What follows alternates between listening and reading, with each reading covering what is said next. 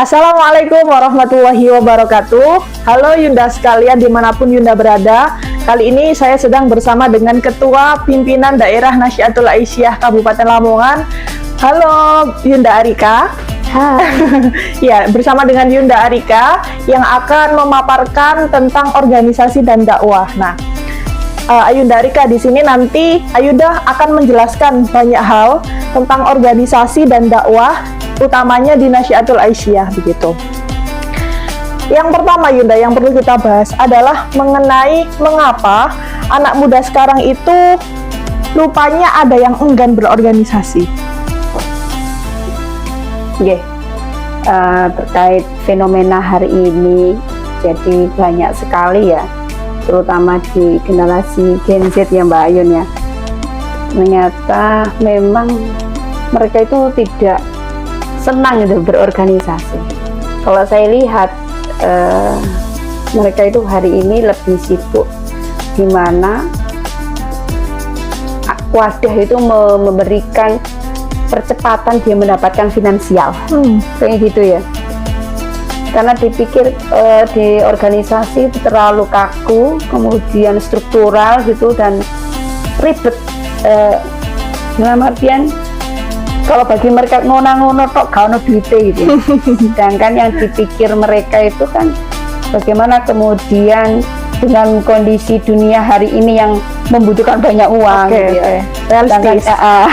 Sedangkan di organisasi tidak sama sekali mendapatkan uang karena kita organisasi non profit tentunya, maka tidak ada kemudian bagi mereka yang tujuannya adalah hanya untuk tadi itu matang dalam finansial, sehingga sering sekali kemudian kalau diajak kegiatan itu oleh opo gitu, bahasanya seperti itu. Masih mempertanyakan gitu ya, apa output feedback yang akan saya dapat gitu. Lalu tentu Ayunda Arika ini kan sudah lama berorganisasi di Muhammadiyah, utamanya di Nasyiah begitu juga. Nah, bagaimana keseruan atau serunya bertumbuh di Nasyiah menurut Ayunda Arika sendiri? Seru banget. Oke.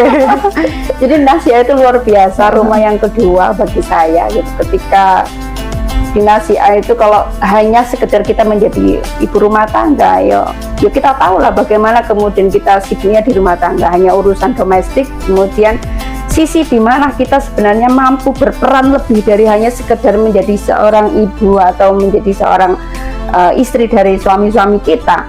Di Nasyaatul Aisyah kemudian kita ini akan tumbuh bersama gitu. Yang mungkin itu hanya sekedar biasa saja, yang nggak biasa kemudian menjadi luar biasa itu ya di Nasyaatul Aisyah, dimana mungkin nggak biasa megang mic loh Mbak. Jadi kalau hanya sekedar megang mic itu hal yang sepele sekali, tetapi kalau enggak terbiasa gitu tidak biasa. Oke, enggak kulino ya. Enggak kulino. Jadi kemudian seru-serunya itu ya luar biasa. Kalau bagi saya di Nasyiah itu healing. Nah, itu healing bagi saya. Luar biasa di Nasyaatul Aisyah itu memberikan ruang-ruang di mana kita bisa belajar. Jadi bisa keluar dari, kalau hanya sekedar di rumah ya urusannya bisa masak gitu. Kalau di Nasyiah itu lebih dari itu gitu. Sampai kemudian kita bisa berperan di ranah publik, kemudian jejaring kita semakin luas gitu ketika kita menjadi seorang organisatoris gitu. Menarik sekali tentunya dengan membahas serunya di Nasyiah yang diibaratkan seperti healing. Artinya healing yang berpahala, healing yang berbau dakwah, nilai dakwah begitu. Nah, lalu bagaimana dakwah yang ramah di Nasyiah sendiri ini? Gitu. Jadi tentunya dakwah yang ramah ya yang tidak memaksa, kemudian tidak kemudian menjadikan yang kita dakwai kemudian gak masuk gitu. Jadi hanya sekedar di mana kemudian kita giring saja jamaah kita itu dengan komunitas kita kebaikan. Jadi yang menjadi PR kita menjadi seorang pimpinan bahwa meramu indah mungkin, sebaik mungkin, dalam artian semenarik mungkin untuk para kader-kader atau anggota baru untuk bergabung di Nasyaatul Aisyah. Karena di salah satu yang harus kita bangga di Nasyaatul Aisyah bahwa sama-sama komunitasnya, tapi pasti ada ilmu kan ya. Di luar sana komunitas, tetapi tidak ada ilmunya, kayak gitu. Jadi dengan mungkin hanya sekedar terlihat rujaan, tetapi di Nasihatul Aisyah itu nilainya berbeda. Pasti ada muatan-muatan yang kemudian di situ kita bumbui dengan dakwah atau ajakan. Ketika melihat temannya ada seperti apa, ya lisan kita kemudian harus dengan mudah untuk memberikan nasihat, karena kita tahu bahwa al-iman yazid wa yanqus, iman kita itu naik turun, maka temanlah kemudian yang bisa watawassaw bil haq watawassaw bis sabr, lingkungan yang bagus gitu di Nasiah. Nah, kalau bicara soal dakwah sendiri itu kan nanti kemudian mungkin ada pembahasan, ada kajian, ada materi-materi begitu yang kemudian dibahas di Nasiah. Lalu bagaimana kemudian Nasiah itu dari kajian menuju aksi, Yunda Arika? Jadi bagaimana dampak yang kemudian diterima oleh masyarakat juga itu seperti apa Nasiah berdampak di situ? Sering saya sampaikan ketika bertemu dengan Ayunda itu, bahwa di Nasihatul Aisyah itu saya sering sampaikan, seringkali kita itu kalau melihat kondisi masyarakat yang taruhlah tidak mampu gitu, kalau hanya sekedar kita hanya menjadi orang biasa, tidak berorganisasi, dan kita mikir, iya carane ya, uang ikut sing gak duwe iso sekolah gitu. Kalau kita hanya seorang diri, tidak berkomunitas, tidak akan mampu menyelesaikan wong ge nguripi awake dhewe gak iso gitu kalau bahasanya gitu. Tapi bagaimana kemudian isu itu kita masukkan di organisasi kita di Nasihatul Aisyah. Coba menyelesaikan masalah tetangga kita itu loh. Kita dulu nggak bisa sekolah, gimana ya? Nah, di Nasihatul Aisyah menjadi jawaban sosial menyelesaikan problem yang telah dihadapi masyarakat itu. Tentunya alhamdulillah Nasihatul Aisyah tetap bergerak di dunia itu, di bidang itu, karena paham bahwa sesungguhnya ada peran yang harus dimiliki, bahwa selain menjadi Abdullah, menjadi hamba Allah yang kemudian memaksimalkan ibadahnya dengan sebaik-baiknya, tetapi juga kemudian paham bahwa ada peran lain, yaitu khalifah di muka bumi ini, di mana harus memberikan kebermanfaatan untuk umat. Dan insya Allah aman terkait itu teman-teman yang ada di Nasihatul Aisyah dengan kebaikan yang dimiliki. Oke. Berarti apapun yang dilakukan oleh Nasiah itu kemudian dikaji terlebih dahulu ya tentunya, kemudian berdampak kepada masyarakat melalui aksi-aksi sosial yang tentu Nasiah mengedepankan manfaat kepada seluruh masyarakat begitu. Tetapi mungkin bagi sebagian besar kader Nasiah ini hanya sekedar barangkali ya, hanya sekedar ikut-ikutan begitu, hanya sekedar ya wes cuma ikut di NA begitu tanpa tahu value atau tanpa tahu apa tujuan sebenarnya di Nasiah. Nah, bagaimana pesan Ketua PDN Lamongan ini untuk kepada kader ya, tentang mereka agar tidak menjadi sekadar anggota, tetapi juga orang yang di Nasiah yang juga memiliki dampak, menyebarkan dampak tersebut kepada masyarakat. Jadi terkait dengan kemudian menjadikan kita ini perannya tidak hanya sekedar menjadi anggota, tetapi harus menjadi kader, yaitu tulang punggung penerus perjuangan di organisasi. Sebenarnya memang harus paham betul-betul, harus nyatu gitu loh Mbak. Jadi orang yang berjuang dengan hanya sekedar ikut-ikutan, dengan orang yang kemudian berjuang karena mempunyai misi, mau iki sebuah tujuan, kenapa saya harus Nasihatul Aisyah? Ada beberapa hal yang sering saya sampaikan ketika bertemu dengan teman-teman Ayunda semua, bahwa Nasihatul Aisyah itu sering saya sampaikan menjadi jalan kita menuju surga.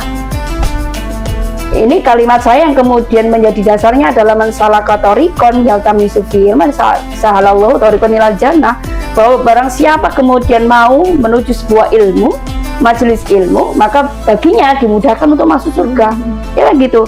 Jadi ayo itu yang menjadi kemudian dimasukkan dalam pikiran kita, bahwa bernasihatul Aisyah jalan kita menuju surga. Siapa sih di antara kita umat Islam yang tidak mau masuk surga? Ya kan gitu. Oh ternyata di Nasihatul Aisyah ini menjadi jalan kita, menjadi wasilah kita, dengan cara dimana kemudian setiap momen perjumpaan Nasihatul Aisyah pasti ada ilmunya, kan ngoten ya. Selain itu ada hadis Nabi Muhammad SAW yang kemudian harus kemudian saya internalisasi dalam diri saya sendiri. Ilal alim la yastaghfiruna ma fis samawati wa fil ardi hatta khutami jawil ma. Bahwa sesungguhnya orang-orang yang berilmu itu, orang-orang yang menuntut ilmu itu la yastaghfirun, mereka itu akan dimintakan ampun Mbak Yun. Jadi seluruh penduduk langit dan bumi itu berbondong-bondong memohonkan ampun atas dosa yang dimiliki oleh seorang penuntut ilmu itu. Jadi kalau cara bahasanya gampangnya, bernasihatul Aisyah itu menjadi wasilah kita untuk mendapatkan pengampunan dari Allah. Sampai segitunya ya. Gitu. Jadi itu yang kemudian mendorong kita, kenapa kemudian lelah kita terbayar, kemudian tetap kemudian kita perjuangkan nasihatul Aisyah, bahwa sesungguhnya itu yang harus kita perjuangkan. Harus nilai-nilai ilahiyah yang harus kita nomor satukan, kemudian bagaimana kemudian kita bisa menjadi orang-orang yang bermanfaat untuk umat. Karena gerakan dakwah ini tidak akan bisa berjalan dengan sebaik-baiknya kalau kita hanya sendiri kemudian jauh dari nilai-nilai yang harus kita perjuangkan, yaitu nilai ilahiyah tadi. Berarti banyak banget yang kita dapat dari Nasyiah. Ada gerakan dakwah, aksi sosial pun ada, sampai dengan healing tadi yang Yunda Arika bahas itu pun ada gitu loh. Jadi amat sangat banyak manfaat dan juga feedback yang kita dapat sebenarnya di Nasyiah jika kita mendalami peran di Nasyiah itu dengan amat sangat tepat begitu, dengan sesuai dengan tujuan yang ada di Nasyiah, menghidupi Muhammadiyah dan lain sebagainya.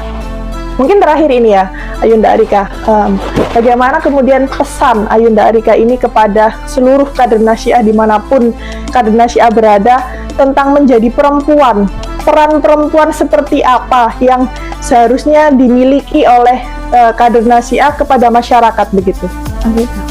Jadi terkait dengan pesan koyo sing paling luar biasa ya tidak ya. Cuma saya kemudian mengingatkan kembali, seluar biasanya apapun kita di luar, jangan lupakan yang ada di domestik dulu. Itu yang harus kemudian kita prioritaskan. Kalau kita kemudian sudah selesai urusan rumah tangga kita, izin suami juga aman, maka ayo kemudian kita keluar berbakti terlebih dahulu. Gitu. Jadi menjadi orang-orang yang benar-benar bermanfaat. Karena saya sering sampaikan, sering kemudian saya itu menganalisa orang-orang sehebat apapun orang itu, kalau tidak pernah kemudian memberikan manfaat kepada orang lain, tidak akan kemudian punya nilai. Ya kan?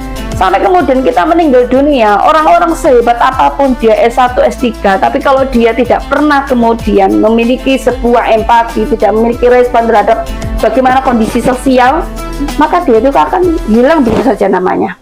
Tapi berbeda dengan orang-orang yang memiliki kepekaan terhadap masalah sosial, peduli terhadap kemudian masalah yang dihadapi masyarakat, dia itu akan dikenang. Kemudian tentunya hal ini juga akan memberikan dampak ya, dalam artian insya Allah menjadi jariah juga, selain kemudian kita dikenal menjadi orang baik, tapi insya Allah itu menjadi jalan kita beramal soleh, tetapi sesungguhnya untuk jariah ketika kita sudah meninggal dunia, maka insya Allah tetap kemudian menjadi makhluk yang dimana dibutuhkan oleh masyarakat yang lain.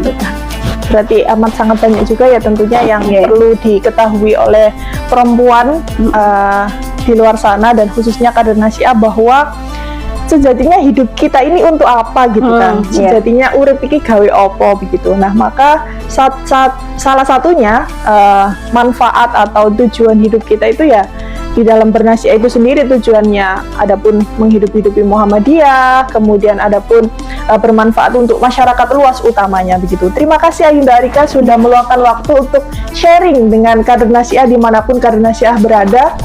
Semoga kita selalu diberikan semangat gitu ya, semangat dan juga giroh yang luar biasa di dalam bernasihat, sehingga apa yang kita inginkan, value apa yang kita bangun untuk Nasyiatul Aisyah itu nanti dapat tetap bermanfaat bagi masyarakat luas sebagaimana yang dijelaskan oleh Ayunda Arika tadi.